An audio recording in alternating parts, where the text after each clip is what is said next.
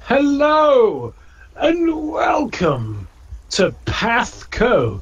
I bet you thought this was going to be another B-team adventure, but no! It's two A-team adventurers in a row! Now, who from the A-team would like to let us know what we got up to last week, and what potential shenanigans we're up to this week, eh? Well, we made a lot of violations against wildlife protection. I don't think anyone's fucking protecting crocodiles, I'll be honest with you. I don't think you need to. They'd killed a man. Yeah, they had killed a man. Princey. And he had a really cool fucking signature weapon that we didn't get to see in action. Backstory and all that. Yeah. Oh, right, yeah. If we'd turned up earlier, would Jonesy still have been alive? There are a bunch of complicated scenarios relating to who has done what at what specific point. Trousers of time, gotcha. There are certainly trousers of time where Jonesy survived, but who knows what alternate scenarios you would have had to gone through to get to that point. Yeah. Perhaps to get to the point where Jonesy... Well, perhaps Esme... Perhaps you would have skipped straight past Esme and she would have died. Who knows? Oh, I don't want that to happen. She's actually attractive. Well, you are certainly in the trouser of time that you're currently in, and realistically, as Darren Black will tell you, whoop, as he does a kind of hand gesture associated with. He throws like smoke onto the ground and swishes his cape. Can I roll to trip Darren Black up? I know we're in a rush, but I hate him. Yeah, what? How do you hate him? This poor man. Roll me a CM combat maneuver check. Crap, I genuinely don't know how to do that. Oh, hang on. Is this kind of it? I managed to trip myself up. I go flying through a plate glass window and I die. You deserve that. My next character is a Gnomish bard. I hope that's okay. Okay, well, you don't die, but this is pretty much what happens. So, as Darren Black, somehow in the middle, like semi-involved with us giving a treatise on what's happening in PATHCO as a general, he is somehow introduced by a random dwarven person just tripping over and sliding across through the mud of the Fintail Marsh as he is going on. Well, as you know, as he's doing all these kind of hand symbols in the air, Dr. Strange, like, as you know, there are very many ways that you might... I'm doing those actually myself, but I realise that I don't actually need to do that because nobody can see those. But you just assume that I'm doing those as I'm making it. As you know, as we're going through, as you can see all these various trousers of times, the one that we found ourselves is the one where Gravehammer Jones is unfortunately dead, and Esme Shinglestride is alive as we move forward towards the point where raises his arms, this group, move towards the site of a specific seance. Can we have left while he was talking? Absolutely. Like, if you want that to have happened, that can 100% have happened. Like, only Apollyon is still there, like, applauding mildly once he's done. Okay, so outside of that, who wants to give me just a heads up on what's been going on, just to keep everyone in the loop? It was sparkling blue crocodile, making fight, big swamp octopus. We rescued some different Pathfinder interns. Pathfinder interns, not the ones you're familiar with. Some other ones. One is dead. Except the dead one. Yeah, we didn't rescue him. Like 14-year-old orc who's there for some reason, and I can't quite remember why. Just to clarify, the group of interns, despite having been told to not go anywhere, Gravehammer Jones and Darren and Faye had been told not to go anywhere, but they had elected... Yeah, they went somewhere because had they not, this small orc, half-orc child would have died.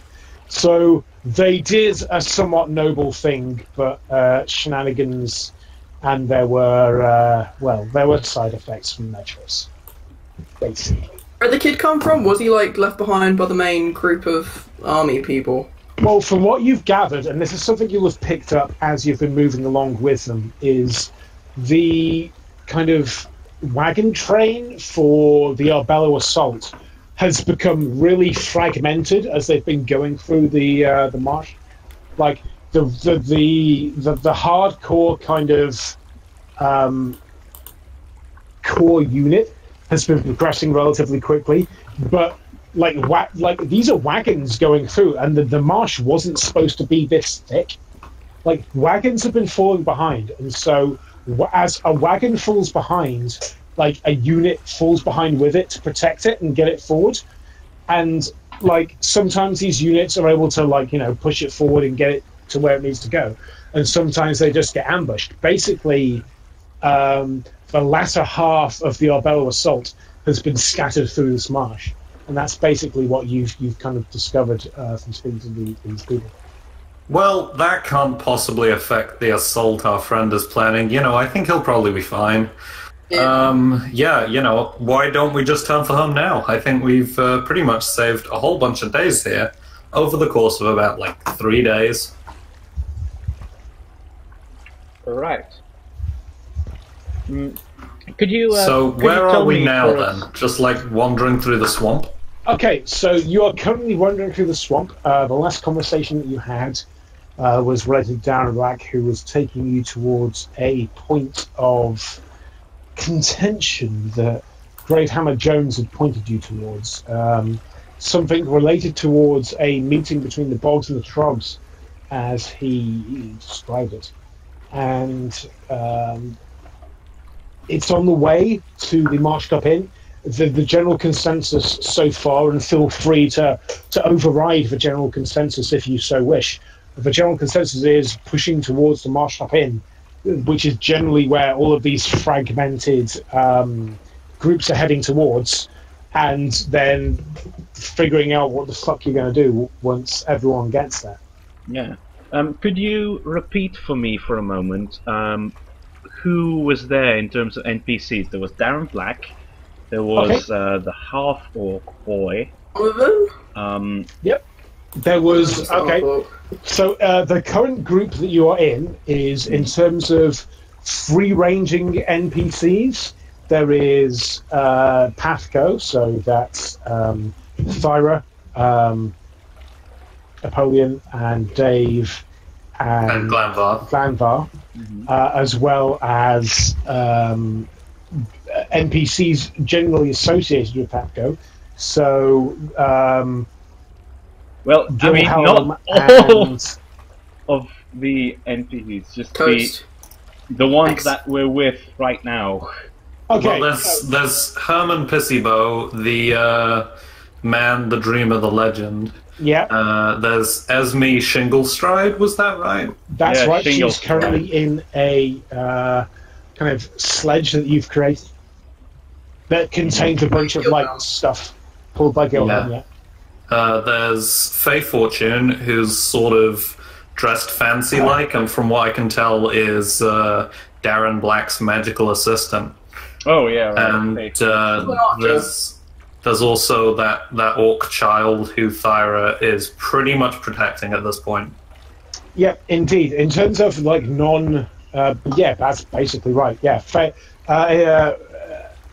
Herman, Esme, Faye, Darren, Donovan.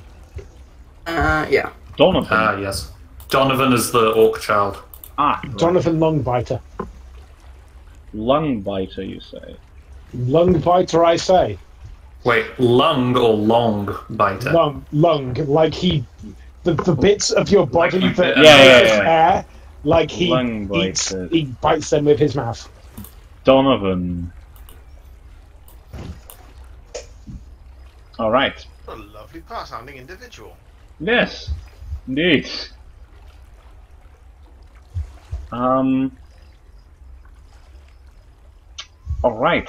Good. Okay, cool. And we're all wandering towards a swamp. Yes. In the direction of some sort of good old magical. the Marsh Up Inn. Yeah, but also a death council.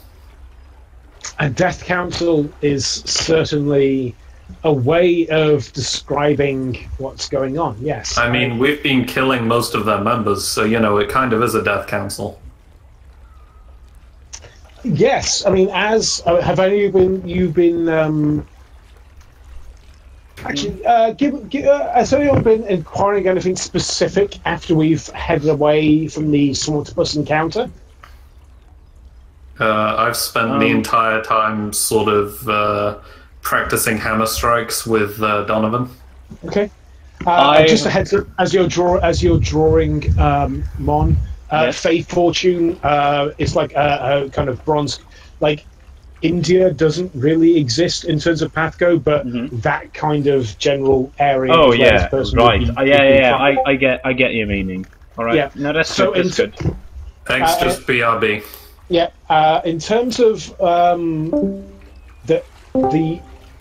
the general kind of discussion that's been happening as you've been heading away towards the seance site, as Darren's been referring to it. Any questions you have for any of these NPCs? Yeah, actually. You go first. I want to ask Darren, just in terms of banter, sort of, how'd you get into the whole spirit business, Darren? Sorry, can you just repeat that? So I'm gonna ask Darren. So, Darren, I can call you Darren, right? how'd Yes, get you into can the call me whole, Darren Black. Napoleon sort of stares. Right. Yeah, so how did you get into the whole spirit business, Darren? Black? Oh, well, that's a pretty good question. Well, there was a guy in my village who was kind of into it, and and he's looking around, and can you just roll me a quick perception check, Napoleon, as you're having this conversation? Will do. Perception. 21. Nice. 21, you can notice that he's, like, his gaze is flitting around a lot. Like, Darren seems to be someone that's kind of almost hyper-aware of the things around him. But here's the thing, right? His gaze is flitting down towards your feet more than one would necessarily assume a person in a standard scenario would do so. Aye, my eyes are up here. Yeah, Oh god, he's a fetishist. I was about to say that. Oh no. and he's like, yes, no, of course. Right, no, I mean... Okay, I've got to be honest, he kind of, like, sidles across to the side and kind of, like, gestures for you to come near him as the kind of... Yeah, sure, I go along with him. Like, okay, let's be honest now. You know, well, how to phrase this? Well, you're possessed, right? Napoleon says, by all Didn't he means, say this last session? by all means, if that's what you want to call it.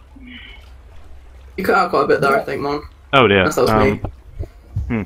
Okay, so Napoleon Well- says, well, if that's what you want to call it, fine. Continue. Well, okay, that's fine. You know, you want to get a little bit of an advantage on things. That's fair enough. You know, welcome to you, and kind of welcome to you. And he kind of, as he's saying that second one, he kind of his gaze is slightly lower than what one might imagine when he was speaking to you, Napoleon. And he's like, no, I mean, yeah, I've not come from any kind of famous family. I grew up and I could see things that other people could not see, and I've got to be honest with you, for the first few years of my life, that did not go well. Do you understand what I'm saying? Yeah, I think I'm catching your drift. Like, Napoleon, like, I feel that we're somewhat, we've both been in some uncomfortable situations. Okay, I'm putting myself on the line. Like, I haven't even, well, okay, no, I have talked to Faye about this because I talked to Faye about everything, and you know, she knows my situation. She has my back, but yeah, I can sense that you don't necessarily trust me 100%. Okay, have him roll a sense motive against my diplomacy, I guess, for that. Okay. If he can Okay. sense that. Yeah. Oh, he's rolled a natural 1, so 25 yeah. on my part. He rolled a natural 1. Oh yeah. So wow. you can okay. I'm going to let you, Apollyon, define how you feel that he. Yeah, it's on you. It's on you. Yeah. Okay. In that case, I would say that Darren Black has the idea that I've got some sort of like mystical spirit pact, and I'm also probably, you know, some kind of quite powerful psychic with my ghost companion here. Okay, so he's kind of a little bit scared of you right now, and he's like, "Oh shit, I fucked up." I was like, "Oh, okay, yeah. So, okay. What do you want with me, sir?" Oh, you know, just wondering about us fellow gents of the arcane arts have to look out for each other, don't we? I say this with absolutely no friendliness.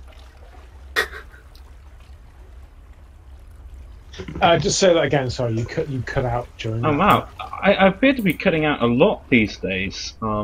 Yeah, sorry, buddy. That is very inconvenient. Okay, so I'm going to. I say to him. Oh well, I was just you know, wondering about us fellows of the arcane arts have to you know, watch each other's backs, don't we? And I say that with no friendliness in my voice whatsoever. He's like, "You're absolutely right. I just want to say, I'm a simple. I am a simple showman. With my partner who helps me put on my shows, and like he's shit scared. You do not even need to." Right. To make a roll for this for your natural kind of for the natural one that's come from this. It's like yeah, so we did not anticipate coming across any kind of massive necromantic family like the Buckharts. That was not, gotta be honest, I had a 3-year plan. This was not on my 3-year plan. Yeah. Napoleon's sort of nodding. So, basically, what happened is he just nodding and he's just letting Yeah, he's Darren just talk? letting Darren talk. Yeah, with a natural run, this is just going to naturally start happening. So, okay, you probably picked up that things didn't go well.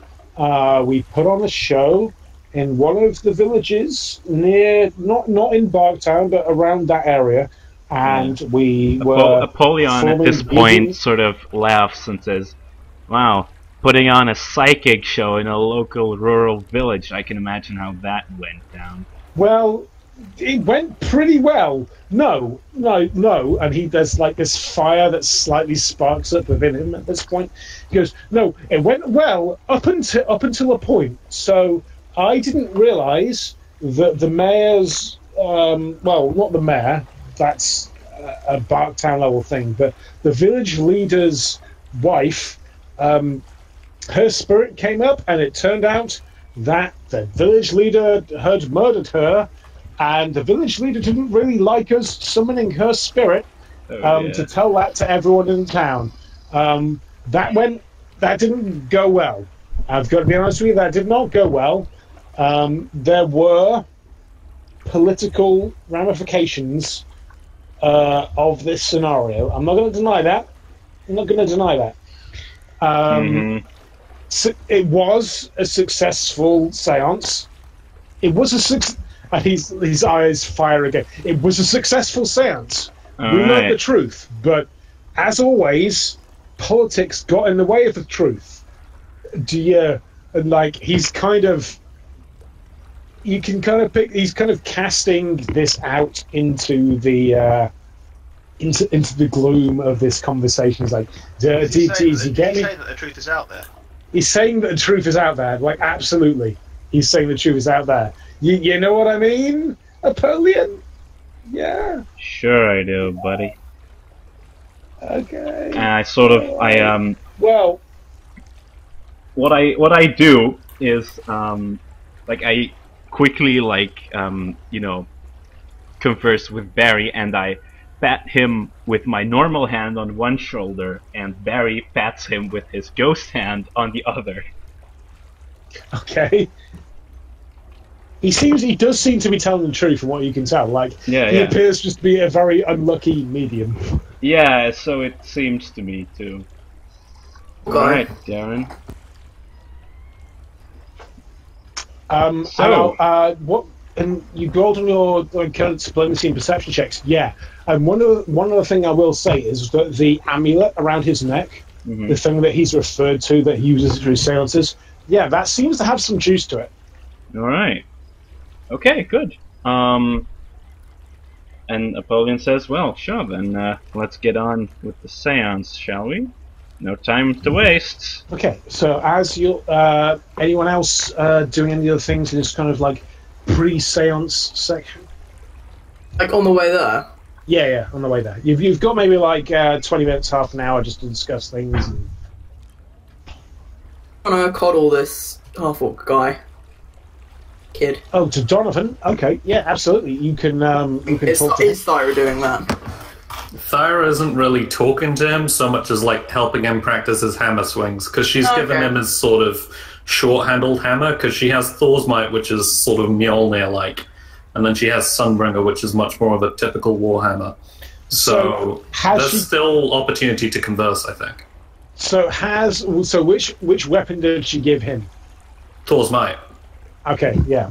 Sunbringer is valuable. Holy shit! Yeah, no. So Sunbringer's +1. Yeah, So just to give you a visual on Donovan Lungbiter, he is a very young half-orc man who has a cooking pot on his head, Thor's Might in his right hand, and a cooking pot lid as a shield in his left hand. He's covered very much in scrappy, salvaged armor. His heart is strong, but his reality is not quite where you would want it to be. All right. So, what questions do you ask of him? Who, me? I thought Dave wanted to talk to him. Oh, Dave. Yeah, sure. I was just curious as to how he was being treated, because I think Dave would probably treat him as more of an equal, whereas I feel like Thyra is more of a watch out. Thyra is totally fucking mumming out at this point. Whereas maybe it's not the right kind of attitude, but Dave grew up on an island filled with halflings telling him you can't be an adventurer, you're too small. So he's friendly. We're on the same level here, pal. Oh, do you want to you're on your way up. Can I roll my perform in place? Oh, absolutely. Yeah, you absolutely can. But if you do, give me a quick heads up of the kind of nature of the song that you're singing in order to do such. I never quite understood how using your perform instead of those things works. Yeah, I think it's a purely mechanical thing that they haven't really thought out in a realistic context. I just get a +14, so that's sure. 30. Well, I'm assuming this is some kind of way that Dave starts, generally just singing a song about how youngsters get involved in things above their level, Do you want to just give me a quick kind of breakdown about how that might go into segueing into the conversation with Dora? I don't know if there are any songs about Tilda, but as someone who started out, who is still a teenager, started out as an even younger teenager. Well, you can absolutely freestyle this song about yourself that you. Not quite myself, just like sort of the tradition. The Barry Hills having the weird one every other generation who goes out at a young age and does cool stuff. A story about how your life got flipped and upside down. Yeah. Yeah, so like a 30 is a good role. So like he's starting to nod his head. The pot lid is kind of dipping up and down with this as he's going on. And he is really kind of empathizing with this kind of bardic tale that you are telling as you're coming along, and you know, as you come to a crescendo at the end, I don't know what the end of this story might be, but as you come to the end, he's like, "Wow, Mr. Dave, sir, Mr. Dave, is all of that true? Can even the lowliest the lowliest person become a hero? Is that true?" Tilda did it, and I'm going to do it too. You need friends, though. You need a party of adventurers like you. And he kind of looks around. He's like, "Yeah, like Madam Esme's injured, and Jonesy." And he like the tears kind of squeeze out of the edge of his visor, and he says this. He's like, "He's dead, but me, and Darren and Faye." And he just looks down to the pot lid that's kind of like strapped to his arm. "I'm the tank now."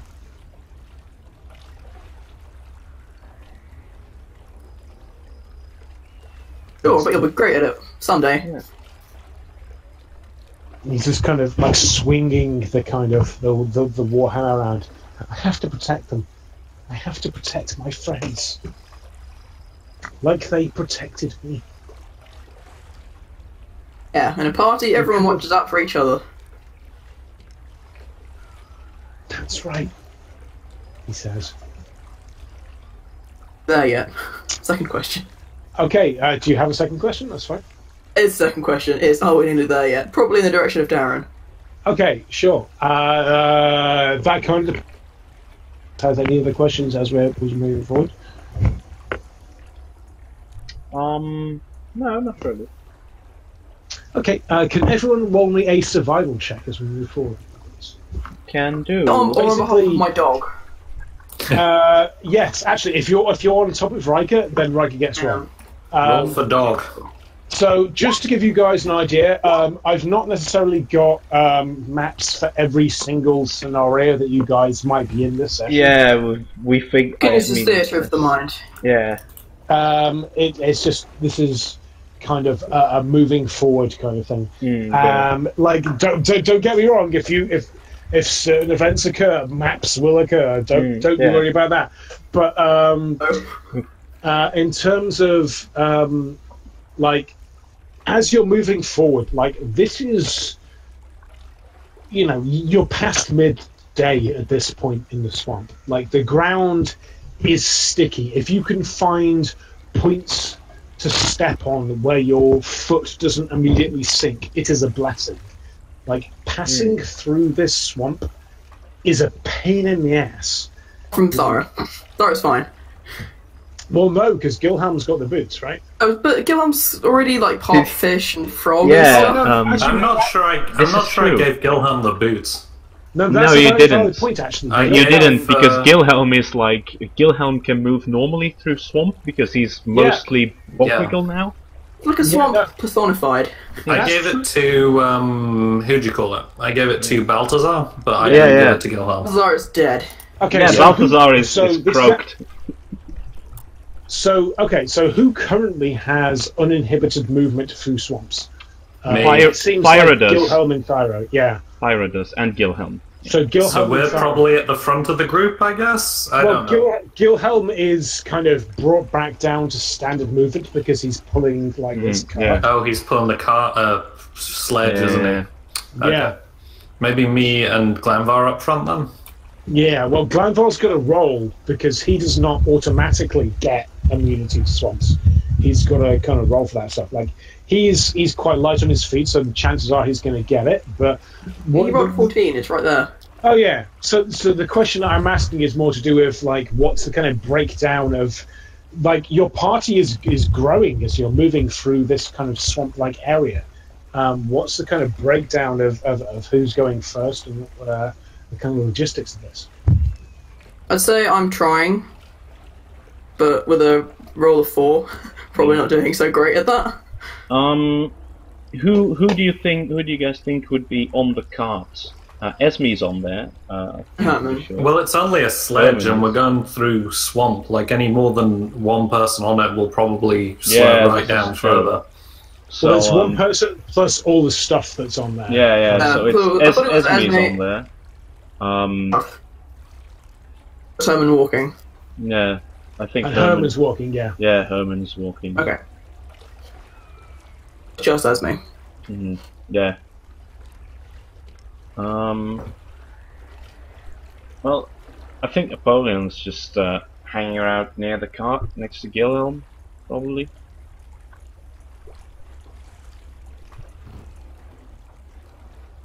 Other than that, I don't know what you guys are up to. Said struggling. Thara's at the front. Yeah. Yeah, there as well. Unless that gives got anything to say about that. No, nothing from me. Okay. All right. We go then. In terms of your survival checks, right now that's fine. Glanvar starts to get slightly slurped in the mud. Everyone else is able to, dwarves in particular have issues with marshy terrain on occasion. He starts to sink somewhat, but the rest of the party is able to pull him out as you're on the way towards a seance location. As it feels like to have the lowest roll in the group. Yeah. Yes, I rolled a 4. Is that not showing up for anyone else? I rolled the lowest total, I meant. Okay, so as you're just give me a second, so I just got to grab something from my door. Oh, I see. So I missed the survival thing.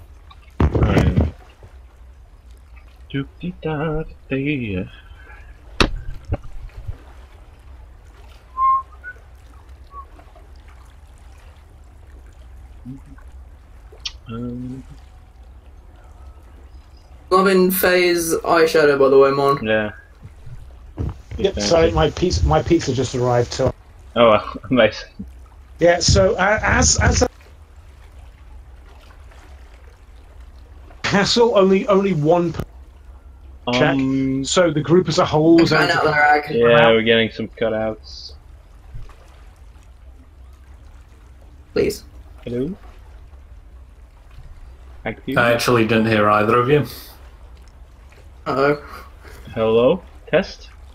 Why is this? Yeah, I can hear you. You just occasionally drop out, Mon, and Ag as well at that point. Hello. Sorry, can you hear me? Yes, we do now. You just chopped out for a second. Okay, that's fine. So as you're pulling forward, Glanvar kind of had some issues getting through the swamp, but the rest of the group was able to pull him out. As you're moving forward towards the point, Darren kind of stops and goes, I think this might be where Jonesy meant us to go. And as you kind of stop there, the light is dimming somewhat. But as you're around here, there's a bunch of kind of. Oh Lord, what was that? Yeah. I immediately draw my hammer. This is not a good place to be. Okay. We're getting some weird noises on the mic there. There was one, it's gone now, but... Yeah, I'm not sure what that weird noise on the mic was. Was it my mic again? It's the... I think it might be, Can you hear me now? Yeah, is yeah. that still We irritating? can hear you, but Background. there is like God damn it. there is a static accompanying you. All right, I'm gonna refresh my Discord. Back in a sec. All right. It's probably the magical circle, Magic circle. interfering. Yeah. Because I did not hear what Actio said. Yeah. If you look at the map on Roll20, To the map, but we've I arrived. could be anything. It could be mushrooms for all I know. No, yes. But, Isn't that what it's supposed to be? I thought it was like a fairy ring. yeah, I think there might be rocks or something. I don't know. Could be mushrooms too. Calm down. Yeah. Now that if I zoom, if I zoom. Oh yeah, yeah. That definitely looks like mushrooms. This is a cool map. I like it. Nice. Alright. Okay. Yes. Okay. So as you're coming through this Yeah, Actio, Members you of are the party you is- are cutting out quite strongly, mate. So we can't really hear any coherence. Okay, how about that? Is that slightly more coherent? Yeah. Yeah, right now it seems okay.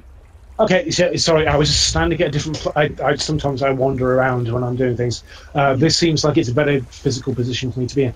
So, in terms of where you're at, you can kind of, particularly any of the more arcane attuned members of the party, might have picked up that this is. The air is a little bit darker or a little bit more laden with magic. Can anyone that has knowledge arcana give me a knowledge arcana check? Will do.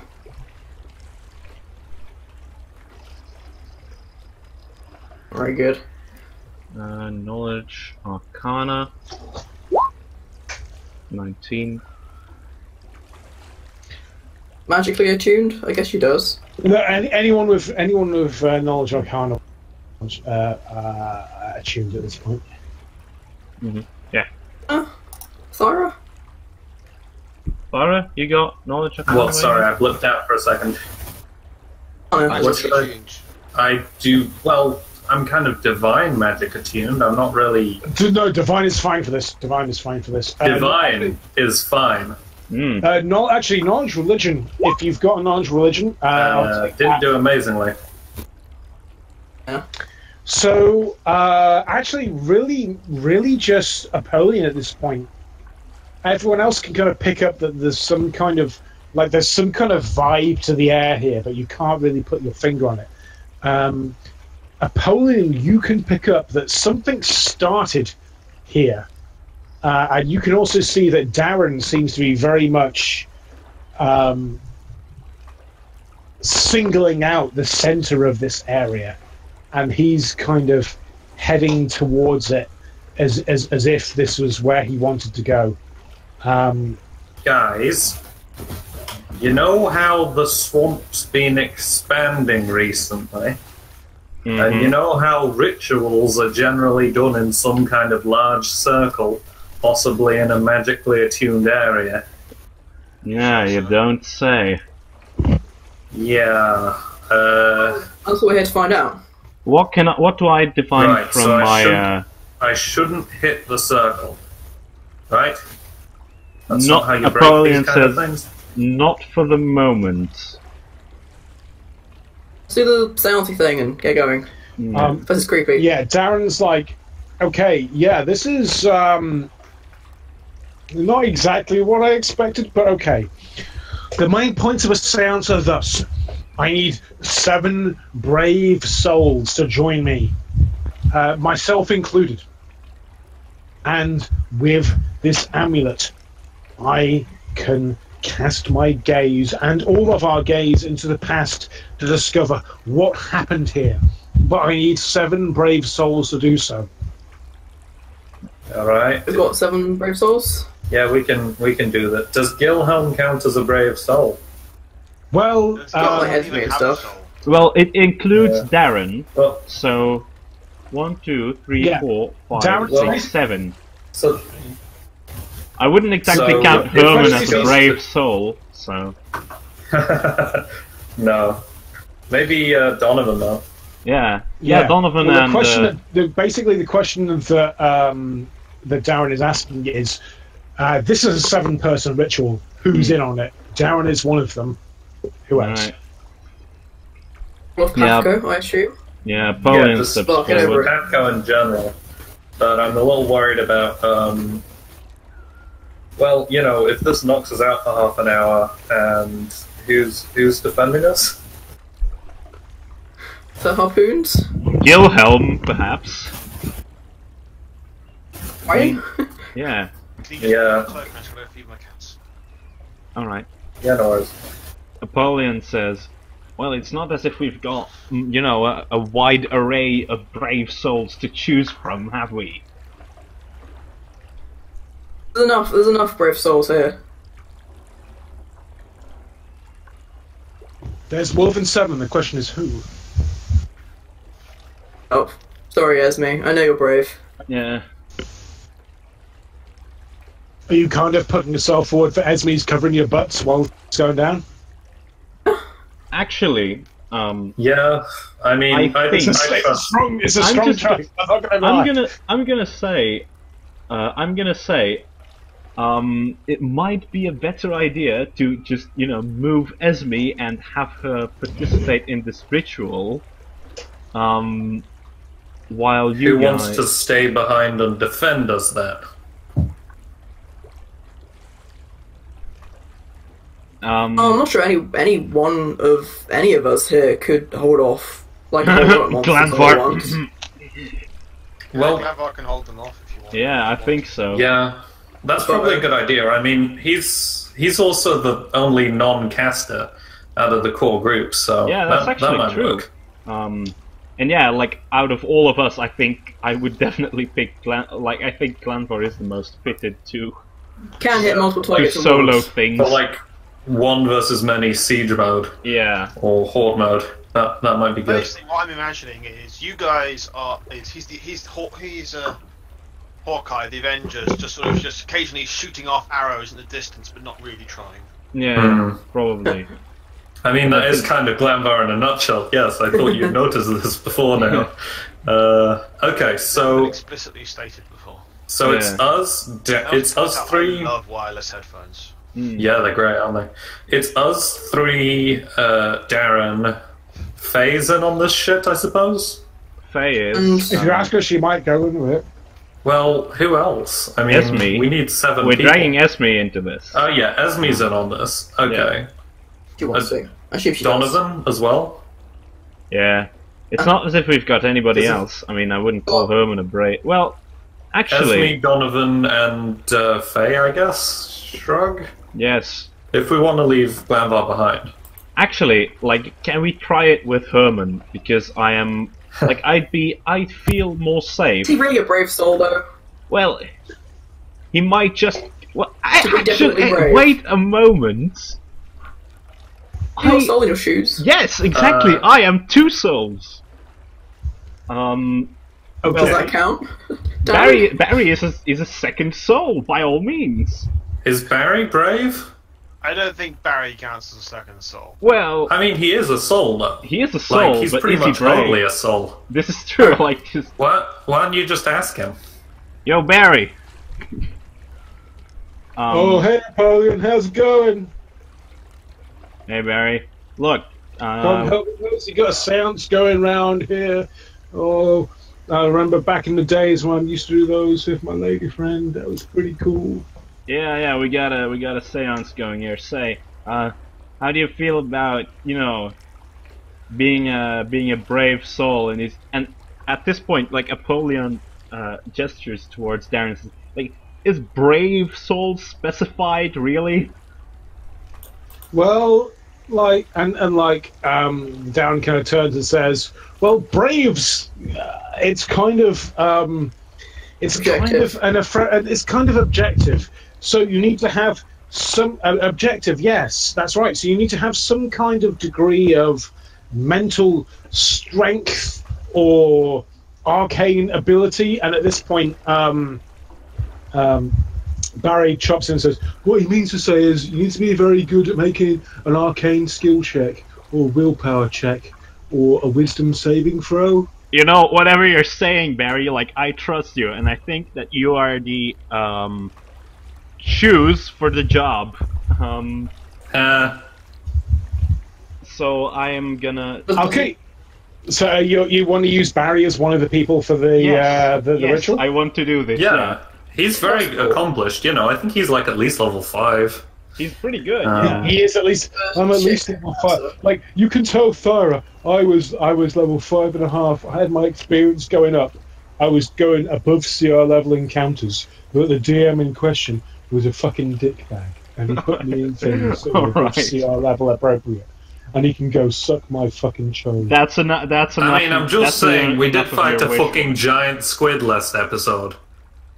Yeah, okay. Yeah, I've got to be honest, your DM seems like a bit of a dickbag as well. Like, I think he's a bit full of himself and he thinks he's a bit too good for his boots. See, now I'm really confused because I don't know what's in character or not, and you're just sort of yelling. Barry, anyway.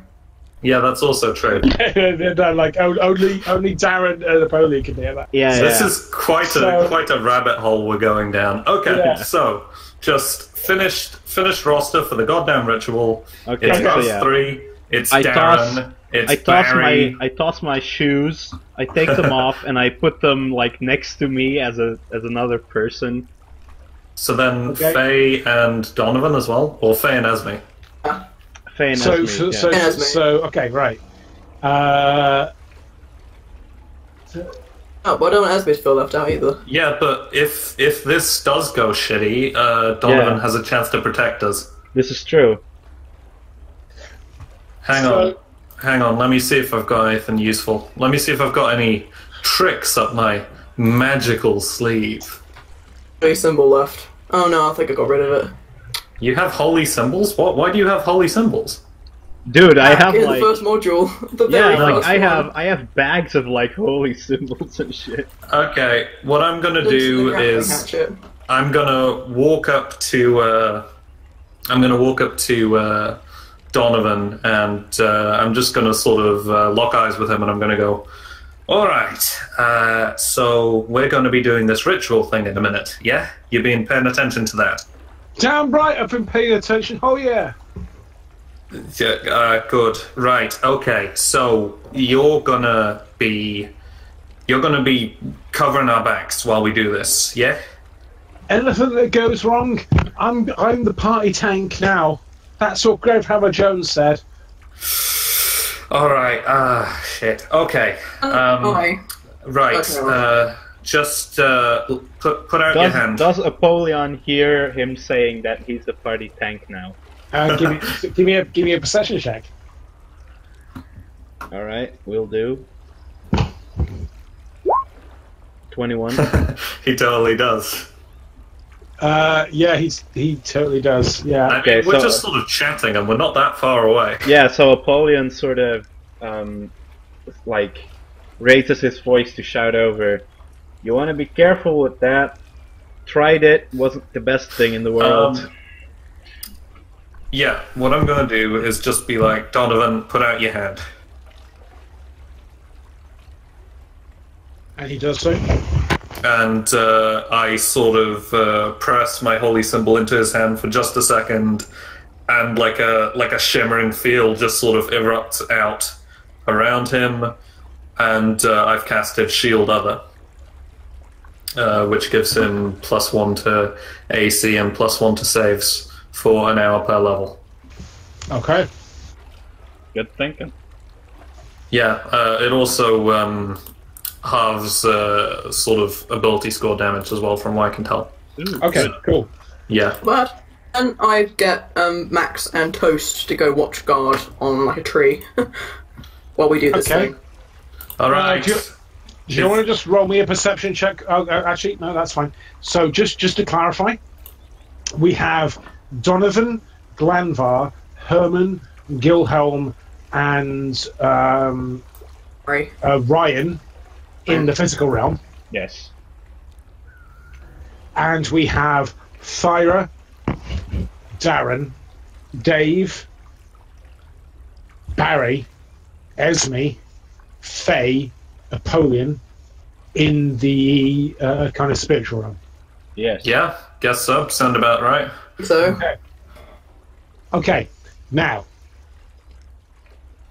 as you kind of sit down, Darren wants you all to be kind of sitting in a circle and holding hands. And as you look around this area, you've kind of got an idea. You've got this weird kind of like vibe going on around here. This is kind of a weird area, especially those of you that are more like magically attuned. Like something's gone down here. Like something has gone down here. And if you could all roll me a perception check as well while you're here. We'll do Aren't that. we all magically attuned? Yeah, but I Glamor guess... isn't. Yeah, Glamfar isn't. I noticed nothing. Perception. There we go. oh, Oh yeah, that's right. Who's making these rolls again, sorry? Anyone that's involved in the ritual. So not me. What do my elven eyes invite see, to the party. DM? Apollyon Glenvar's out. Yeah. Exactly. So, Apollyon, you can, like, as you're kind of... Everyone is holding hands in a circle in this kind of ritual, and it seems like Esme and Dave are on either side of the shoes. So each one of them has a hand on the shoes.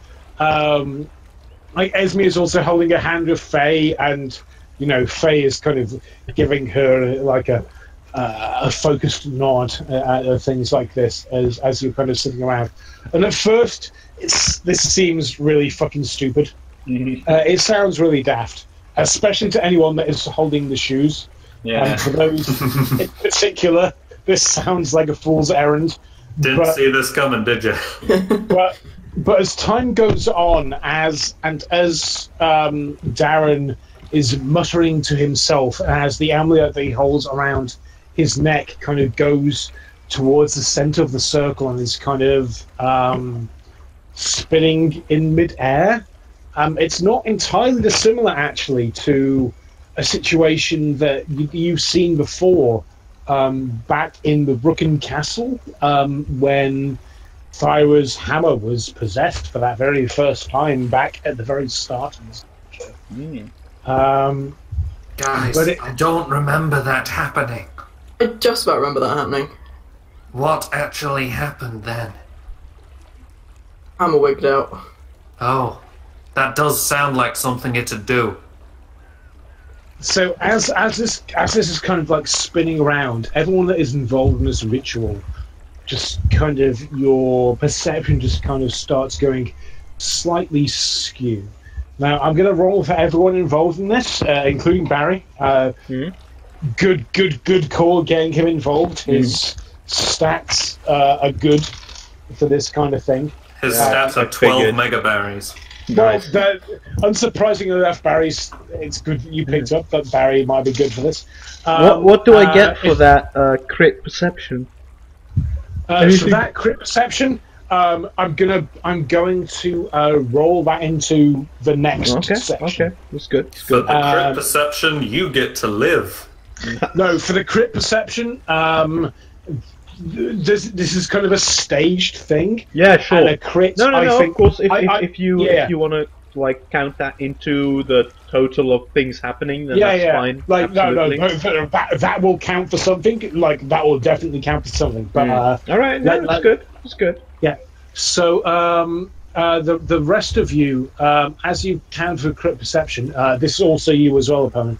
If you could all make a roll, either a knowledge arcana, a knowledge religion, a wisdom check, or a willpower save.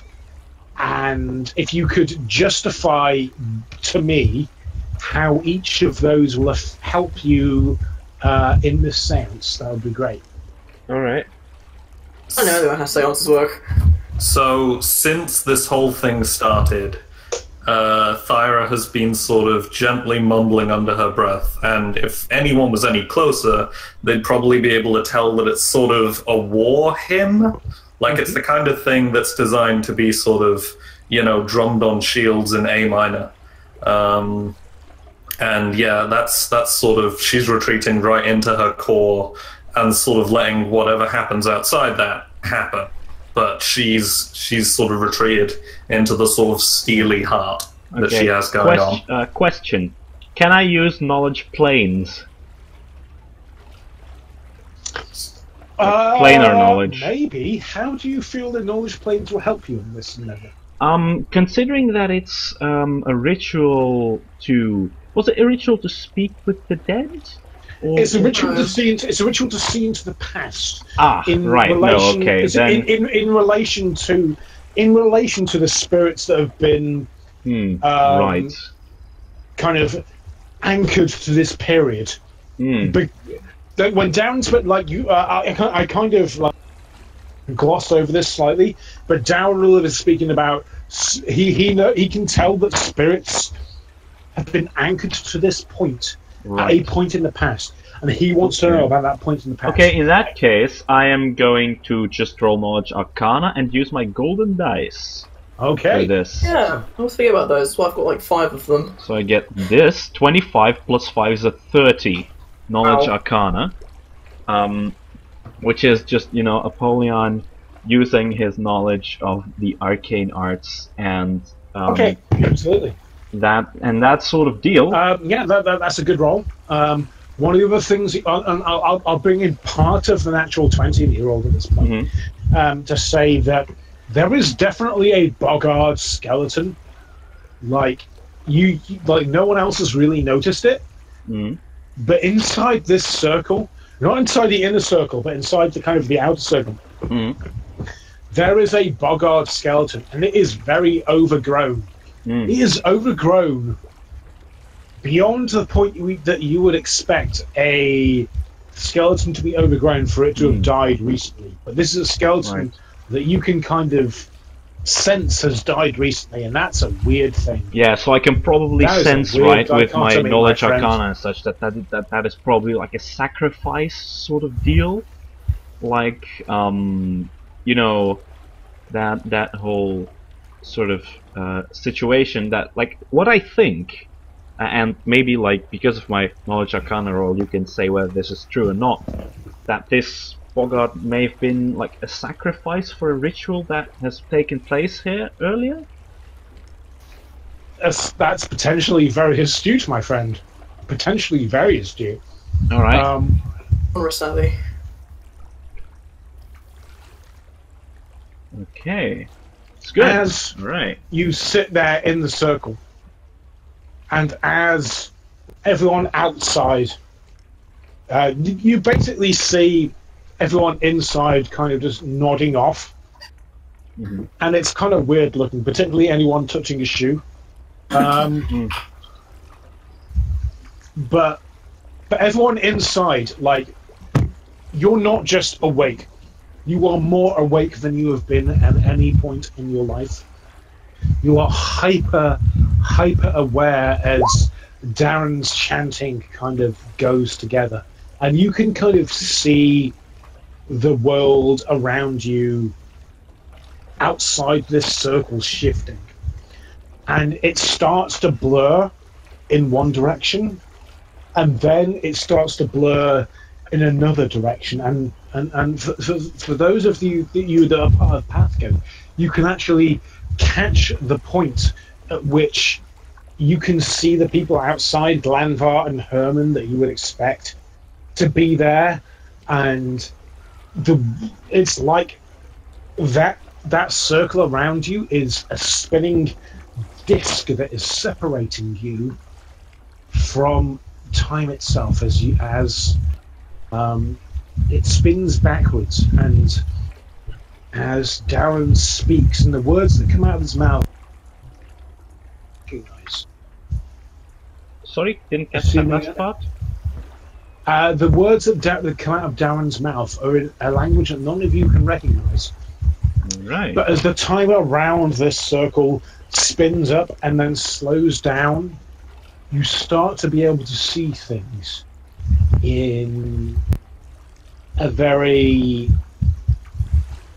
alternate manner.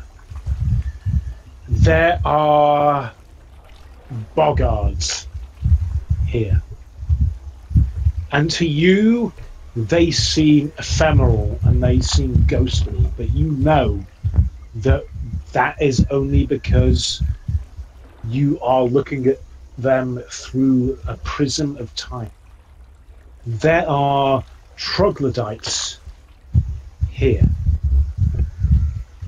Some of them are riding upon great lizards, large lizards. Some of them are scarred across their eyes with a symbol that you have seen before, the symbol of Zeb-Gabazeb.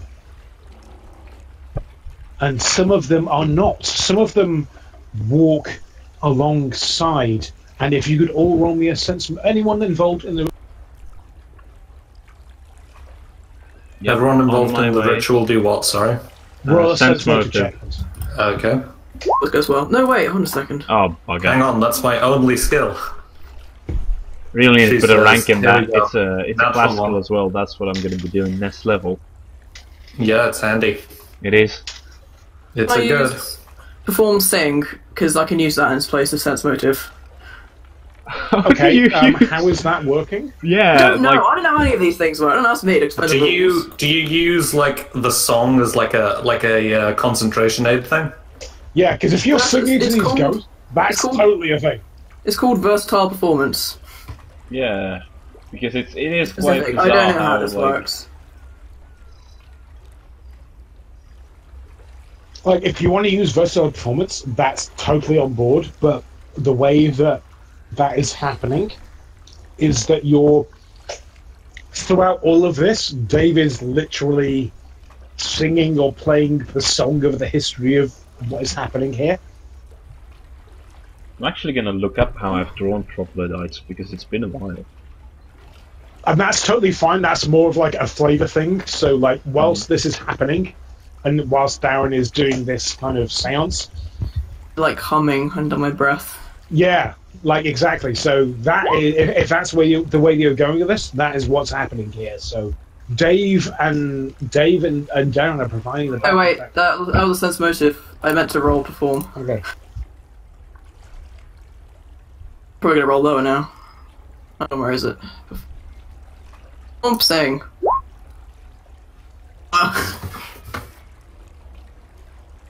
Oh well.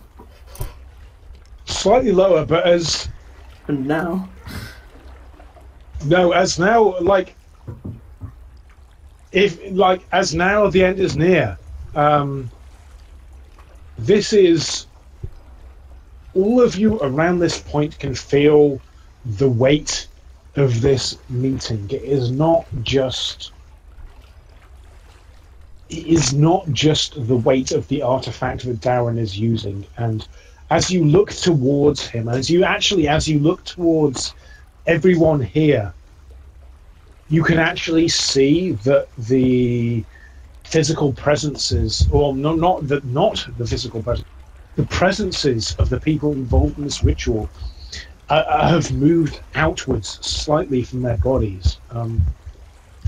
For Darren, as he's moved outwards, all of you've noticed how he has the trappings of a stage kind of medium applied to himself, the beard that is taped to himself. From him comes his astral projection, and the astral projection looks like him, but the beard is real. He looks more confident. This looks like a representation of his inner self, how he sees himself. Likewise, I believe Donovan was involved in this circle. Is that correct? He was not. No, he's defending us. That's why I gave him shield other. Yes. Okay, Donovan's outside.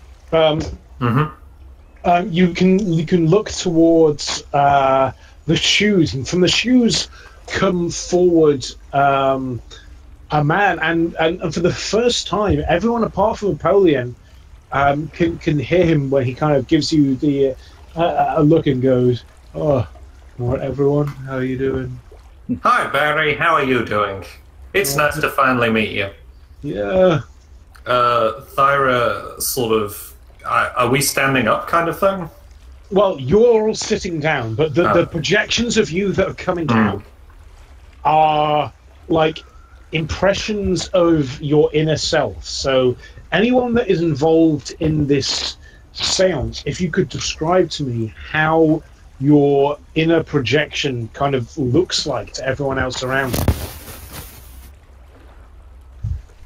Like in a sense of how you view yourself, or perhaps if you don't view yourself very strongly, perhaps it looks weak. Like this is kind of like a representation of your soul in many ways. Do you want to go first, Mom? Probably the most interesting. Got a bit of a crackle there. Yeah, sure. I'll go first. I actually have sort of an idea of what this might be. So, Apollyon looks sort of similar to Darren. He looks like a more, handsome and more dashing version of himself, which is like, it's actually almost like an overly awesome caricature of himself. However, in his chest, where normally his heart should be, you see that that area of his chest is all black and rotten, and is like a sort of a twisting sort of black mass in the middle of his chest that looks not appealing in the least. And you can see that from this sort of rotting, caving hole, a black strand sort of ties away from it and generally dissipates into the shadows. Okay. Barry's kind of looking at that and going like, okay, that's certainly a thing that happens. So Thyra is actually probably about the same level. She seems younger, like, she has a fully grown-in sort of dwarven beard right now, but this sort of form of her is young, she's in her 50s now. This is probably her in like her 30s, like sort of teenagerhood almost for a dwarf. And whereas she normally has the sort of one sort of heavy warhammer pendant hanging off her neck, basically the chains of these pendants are around pretty much all of her limbs, with the sort of pendants hanging off heavily, and they seem a little bit larger as well. Like Thyra as a whole seems a little bit smaller, a little less muscly, and she has 3 sort of bottles of various spirits strapped into her belt, although empty.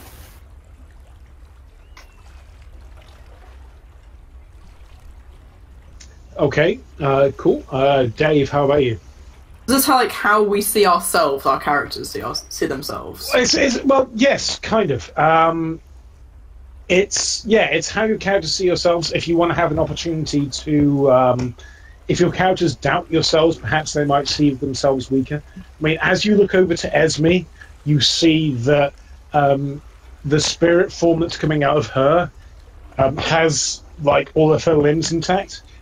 In fact, not only does the spirit form coming out of Esme have all of her limbs intact, she has another 2 arms coming out for her back, all of which are armed with harpoons, spiritual harpoons. Likewise, if you look over to Faye, she actually seems older. Like, you're one of the people, when you look over to her, she doesn't seem to be a more idealized version of herself. Like, she seems older, and she glances over towards Esme as she's doing this, but she just seems like, likewise with her bow across her shoulder at this point, but likewise daggers in her hands. She just looks like the well-worn kind of furrows of age in her soul self as she stands forward. And she just looks like someone that's going to murder any motherfucker that gets in her way. So Dave, how does that affect you? It probably doesn't actually look that much different from regular Dave. Probably a bit older looking, because I think Dave looks young for his age, whereas more like, instead of looking like a 15 or 16-year-old, looks more like a 24-year-old, 25-year-old kind of look. Possibly a little bit paler, a little bit more sickly. But other than that, about the same, still nice hair, face. Excellent. No, and Barry kind of, I kind of like glossed over Barry. Barry looks the same way that Napoleon has been seeing Barry the entire time. He looks like a fairly middle-aged goth eyeliner dude, who just seems confident in his place in life, particularly here. He kind of turns to you, Dave, and says, "Yeah, it's all right. I'm already beyond the pale of death, so this whole way of idealizing your own life is kind of beyond me somewhat. But, you know, it's all good. You guys have done pretty well. Yeah, I'm just here. I'm pretty good with willpower checks. I'm sure it's going to be fine." So he talks like this all of the time. Yeah, he talks like that all the time. Yeah, That's right. Like, how do you sleep? Like, is he just constant? I can get him to shut up when I want. I could try at least.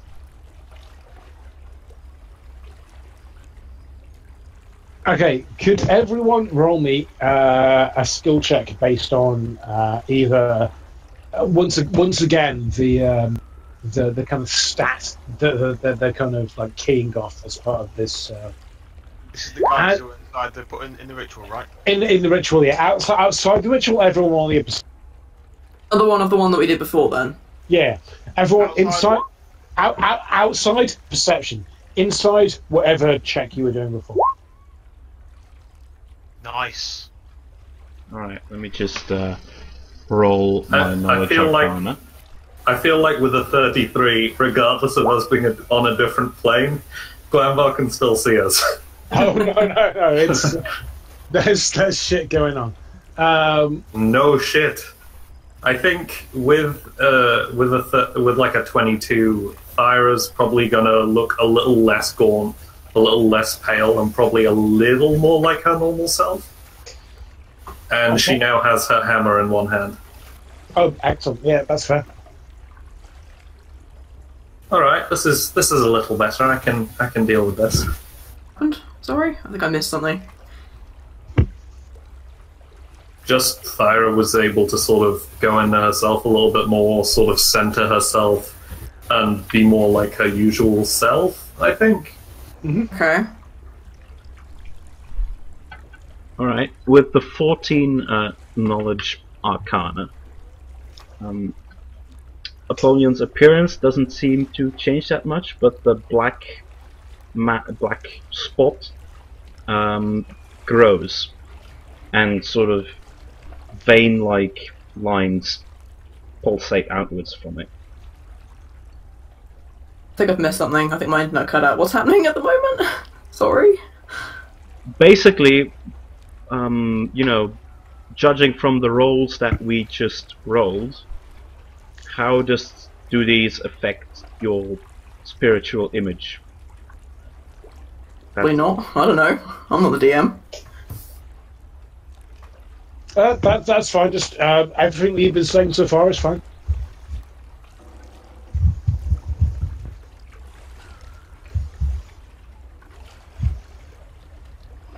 Alright. There There is another effect as well, but I'll come to that in a second.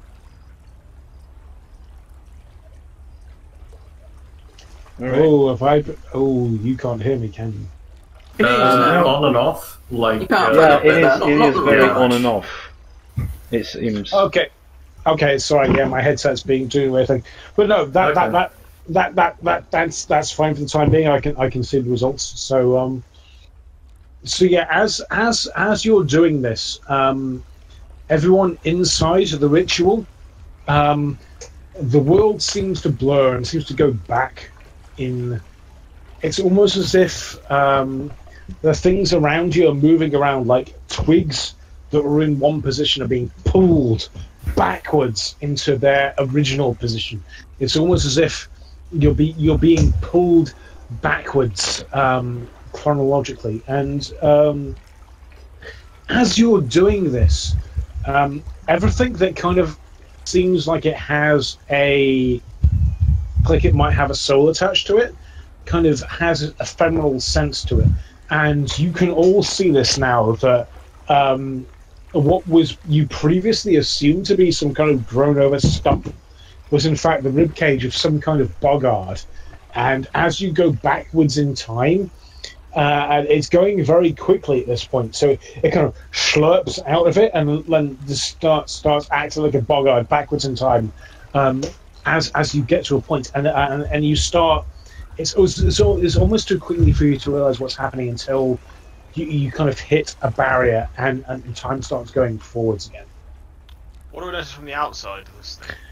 From the outside, what you can see is everyone inside of the circle, sitting in a circle, not doing anything. But you can kind of see. Well, give me a perception first, actually. I did roll perception.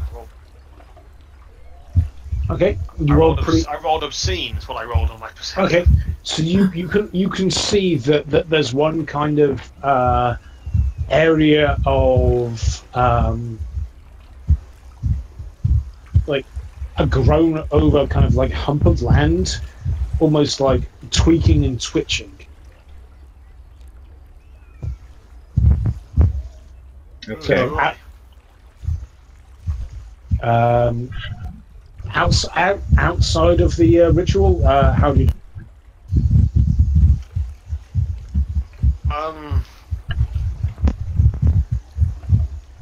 Is that noise? The blustery noise.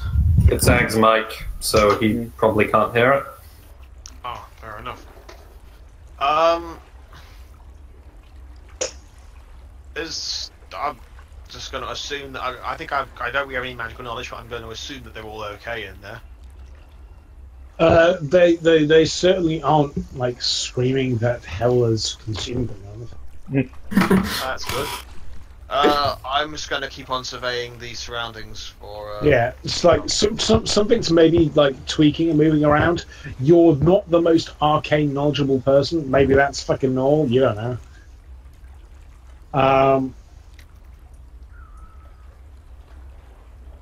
Inside the ritual, some things are seen.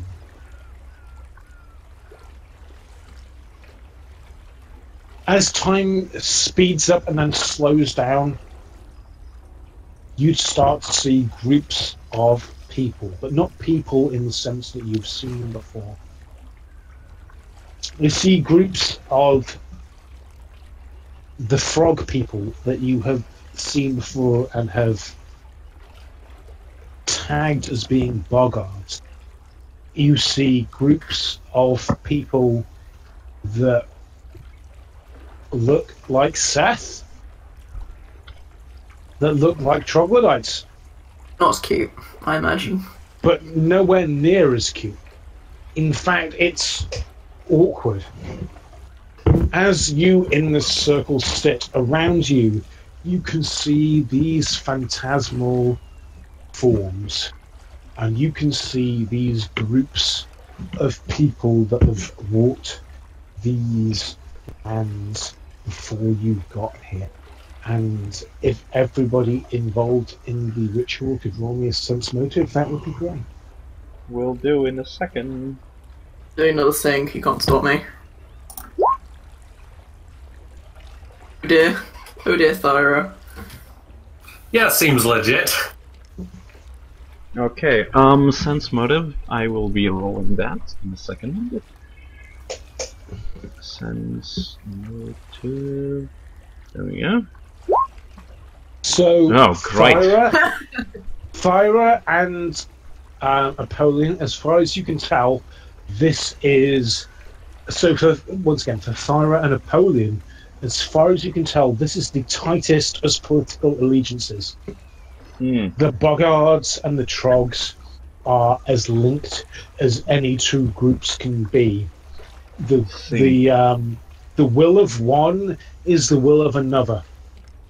Any kind of weird looks, it's purely irrelevant. It doesn't matter. All right. Dave, these two groups of people fucking hate each other.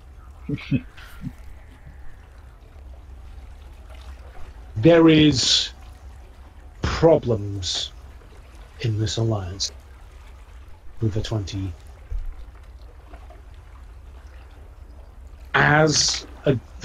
You can notice in the group of troglodytes, there is a lot more people in this group marked with the mark of Zeb-Gavazeb. And we get the sense that this took place before the other vision that we had of the ones on the giant lizards. No, this is the same. This is the same vision. Okay. So like one of these people is on the giant lizard. So we've gone slightly back in past from that. So in terms of this is all like, it's very weird what you're sensing at this point. This is all part of the kind of like same, like, none of you I think have done extra chronological like kind of spying before, so it's all a very strange scenario. But from what you're sensing, there are a group of troglodytes heavily marked with the mark of Zeb-Gavazeb. Like, across their eye is scarred heavily and burnt this symbol. And with them walks one troglodyte who is not marked with the symbol, and instead who has the twigs and leaves twined around him. And it seems with the roll you've made from your sense motive, seems to be viewed of disdain from the rest of this group of troglodytes. The Boggards are slightly different. Most of them are twined with leaves. There is one of those who is marked with the mark of Zeb-Gavazeb.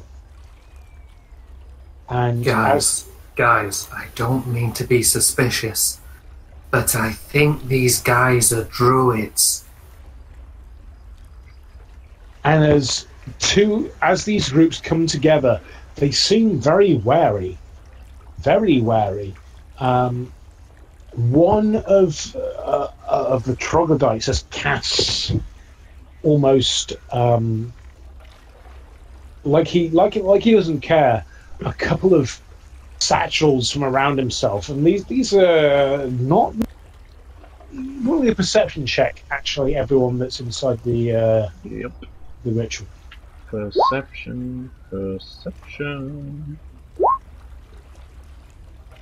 So Dave, yeah, you pick up on this as well. Like Dave, like out of everyone that's here, you appear to be your perception, your like attunement to this seems to be pretty good, and you're picking up on most of this. Like the satchels that are being thrown across, they don't appear to be the kind of satchels that match the aesthetic of either Boggart or Troglodyte you've seen so far. Somebody else has given them these. And satchel. The satchels. Two of them.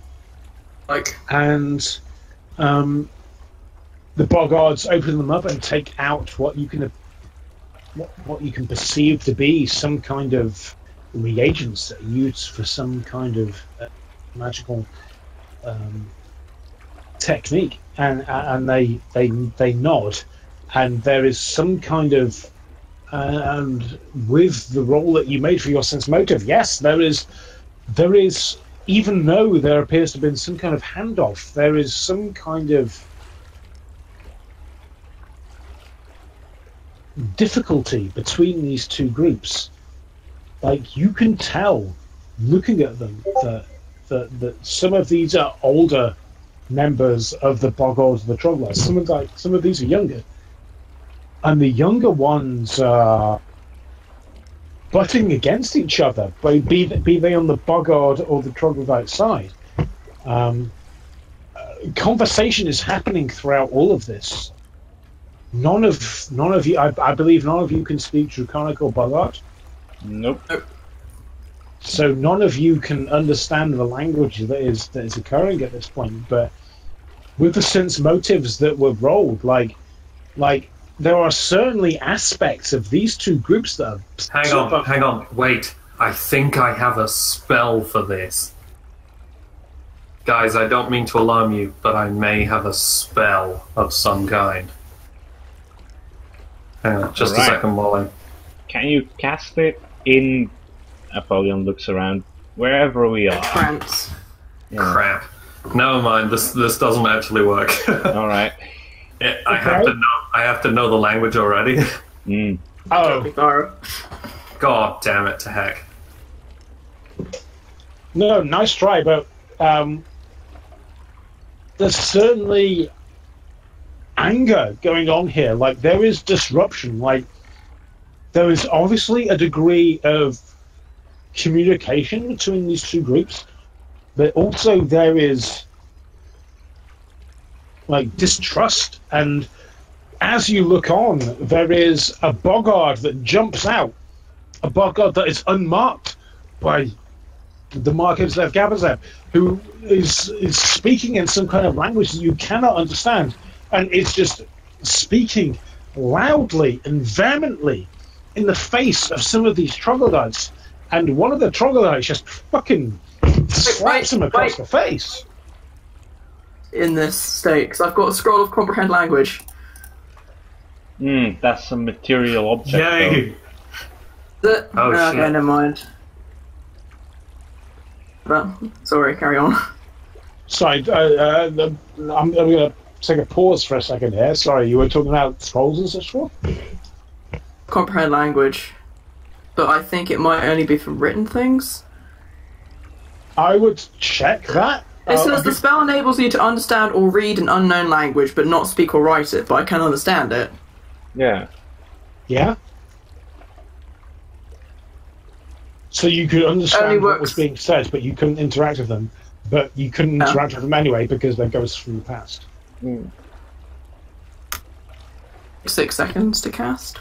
It only works on me. These are options that you have. Okay, like, when I start hearing them speaking, can I fumble for the scroll really quickly? If you'd like to, like, dial this back for, like, 30 seconds and come in on this as it's kind of kicking off, sure. Me, the player, forgot I had that scroll, but no, that's Dave, fine. the character. Dave, the character, probably would have read this because he seems to be pretty up in this. I'm going to ask a concentration check because this is you're in the middle of a sound. But I only started thinking of it because I used to have comprehend languages as a spell, but then I got rid of it.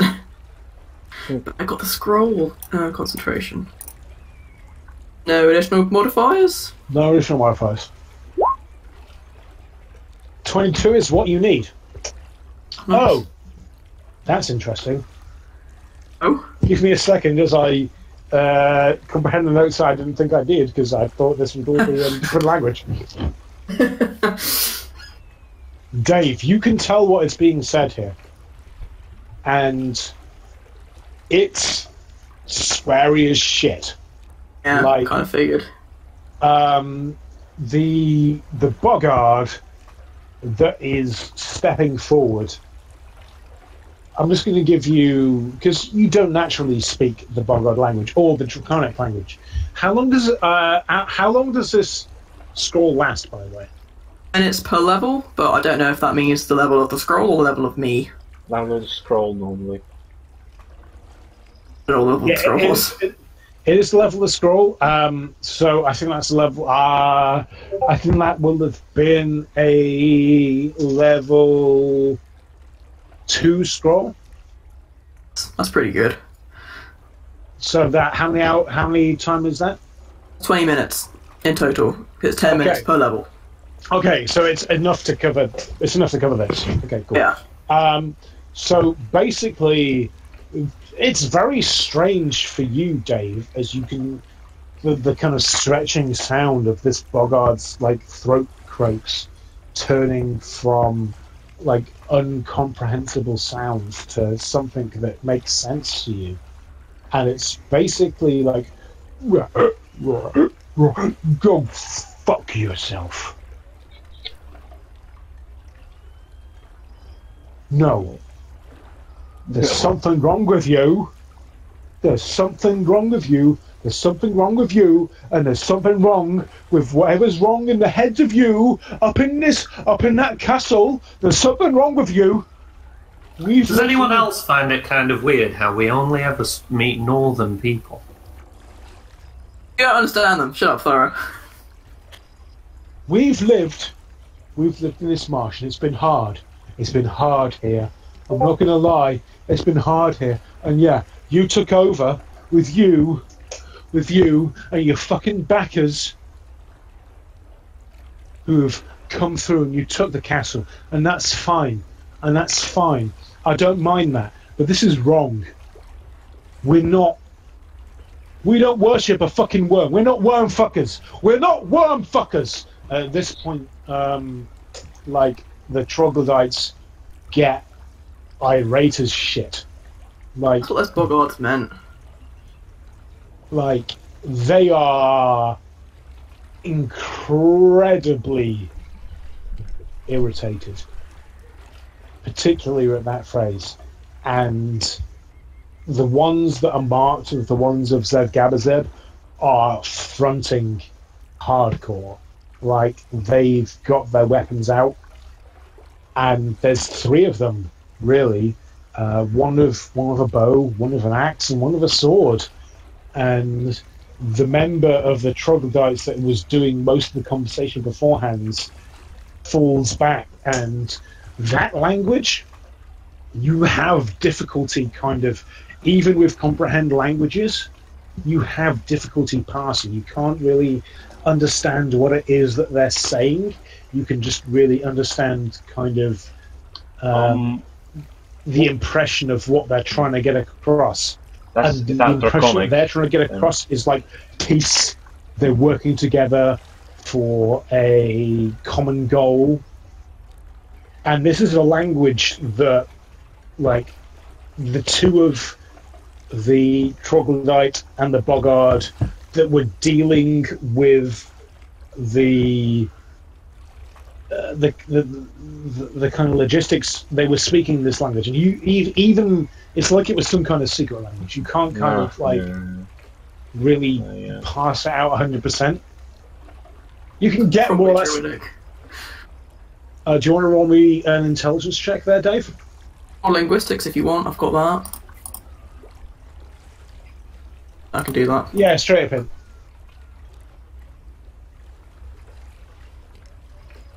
Wait, what was this roll for exactly? Just straight up int for just things I'll let you know depending on what you roll. Yeah, like probably druidic. Like, this is part of your linguistics kind of interpretation of what's going on.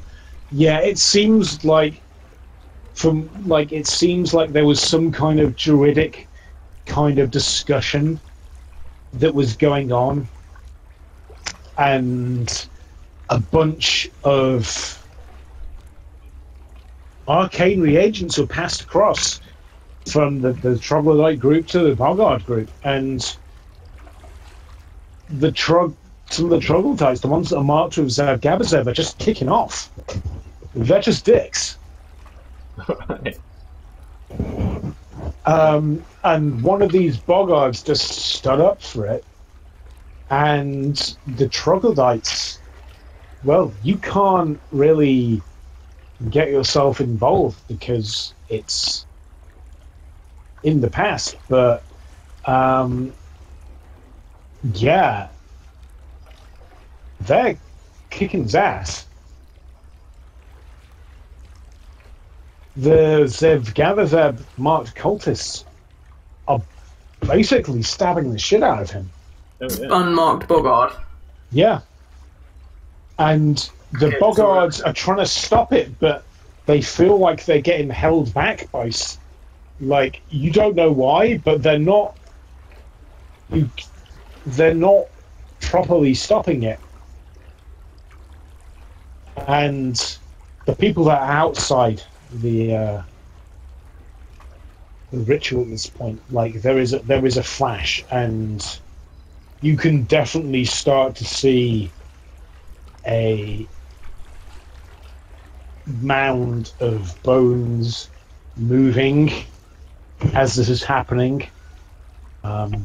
If one was outside and could see both of these, you could see this skeletal shape shivering and being hit as if the forces from the past were stabbing, biting, axing into it as if it was around. For the people outside the ritual, you can see that basically this rib cage kind of just breaking free. This basically Bogard skeleton and kind of mussed flesh around it, just kind of breaking out from the ground. People that are inside the ritual, you don't see the actual physical flesh happening, but you can see this Bogard who is trying to stand up for something, just basically being cold-bloodedly murdered. And no one's doing anything about it.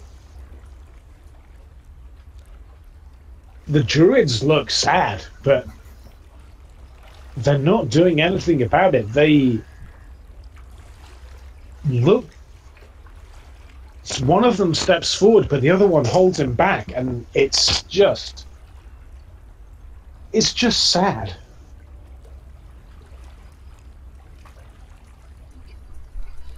All right. And Okay then. as time passes, they just let it go, and the troglodytes leave, and the rest of the druids look towards the bags that they've been given, and they take the items out of it, and they start... One of them talks to the other, and Dave, you can see it's like, are we not going to talk about this? And the other one's like, no,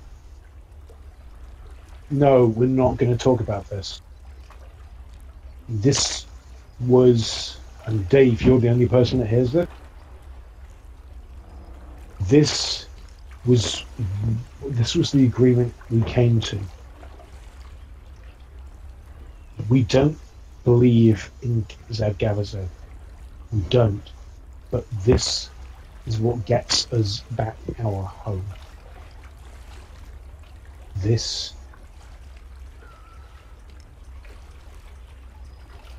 And the other person just says, no, this isn't right. It's like this. They gave us what we need. We can expand the swamp. We can turn this back into how this was when we lived here first.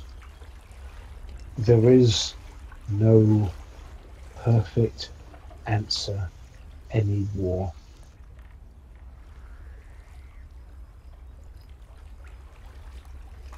And I'm sorry. I am. And I'm sure Cyrano will be very angry with me for this. But we need to protect our beliefs. These are not our beliefs. These are beliefs from some crazy-ass cultists who got money from somewhere and took over a human city. What are you doing? And as this is occurring, things are starting to get strange. If everyone can roll a perception check. Will do. Perception. Alright, so we're getting sort of a look at what's been going on here, huh? Rolls have finally gone down again. Perception. Oh, dang it. So not an amazing sort of set of rolls there. No, That's no. that's outside as well, by the way. So glad that that's you. You Perception. can roll perception too.